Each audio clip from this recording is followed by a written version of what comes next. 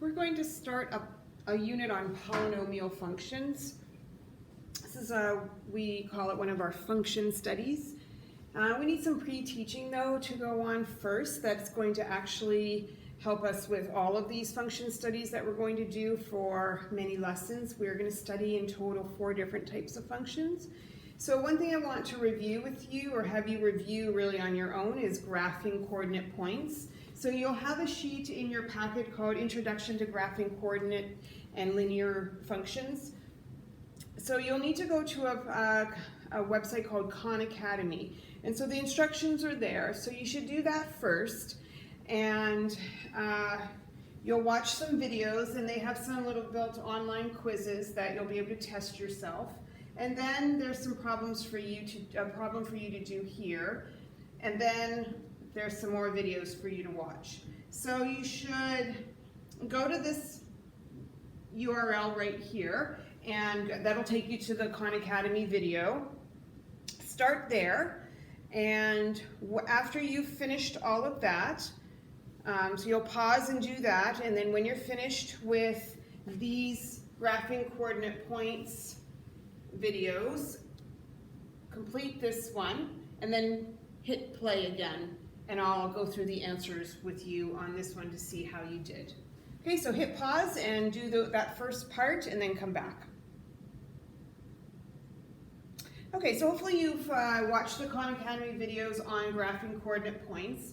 So this one problem that I put in here was about a waitress earning, and it should be $15 per hour. I think yours says $10.25, so make it 15 on your paper. And what we think about is when we're earning an hourly wage, then your salary is actually a linear function. And it's a linear function because you're getting the same amount every hour. And so you'll hear words like it's a constant rate. And anything that's constant is called a linear function. And what it does is it will produce a line on your paper when you graph it. And so what we're going to do is we're going to graph her salaries based on each hour. So as an hour is increased, she obviously gets $15 more each time she gets the same amount. It's linear. So to review how to go over and to graph it, if that's what you just went over, so you should have something on your paper that is, each one of these is 10. So for each hour, 10, 20, 30, let's see, that's 1, 2, third hour, she has 45. And her 4th hour, she has 60. So you can see the points are in a line, they're forming a line. So you would take out your ruler and you would connect them, showing that her salary is linear.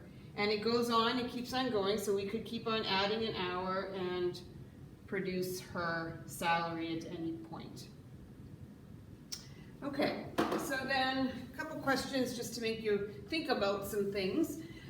Would the waitress's salary ever be $55? So if we looked at the graph, so we have 10, 20, 30, 40, 50, 60, would it ever be $55?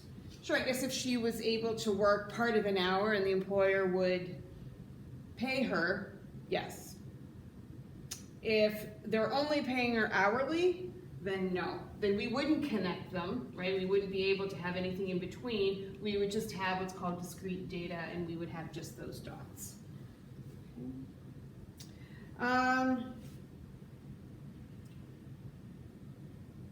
This is the equation of her salary.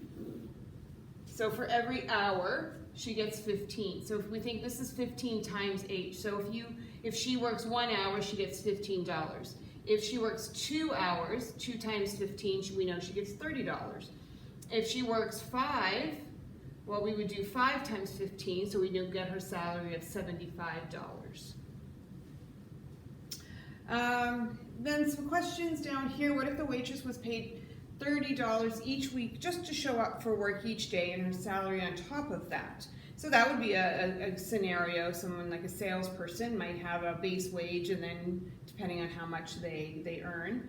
So how would this change her salary? Well, all of these amounts would get up to 30. So she would start at 30 by doing it in a different color, right? All of these would get 30 added.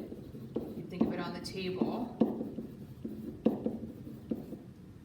And so what that's going to do is take her line of her salary, it's going to raise it up to 30. So all of these will come up 30.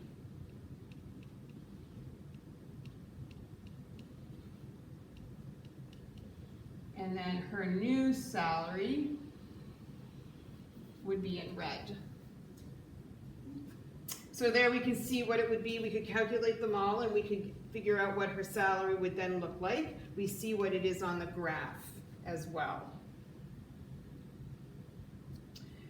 So obviously changing your salary, $30 to each hour. How would this change the graph? It raised it